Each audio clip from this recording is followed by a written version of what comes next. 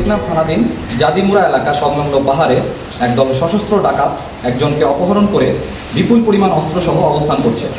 প্রাপ্ত তথ্যের ভিত্তিতে গতকাল 5 জুলাই 2025 তারিখ রোজ শনিবার মধ্যরাত 11:30 কোস্টগার্ড পূর্বজন অধীনস্থ বিসিবি স্টেশন টেকনাফ এবং টেকনাফ থানা পুলিশের সমন্বয়ে টেকনাফ থানাধীন জাদিমুরা এলাকা সংলগ্ন পাহাড়ে একটি বিশেষ যৌথ অভিযান পরিচালনা করা হয়।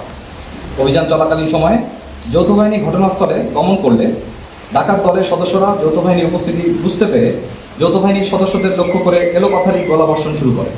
এ সময় যৌথ বাহিনী কর্তৃক আত্মরক্ষা নিমিত্তে ডাকাত দলকে লক্ষ্য করে ফাঁকা গোলাবর্ষণ করলে ডাকাত দলের সদস্যরা দৌড়ে গহীন পাহাড়ের দিকে পালিয়ে যায়।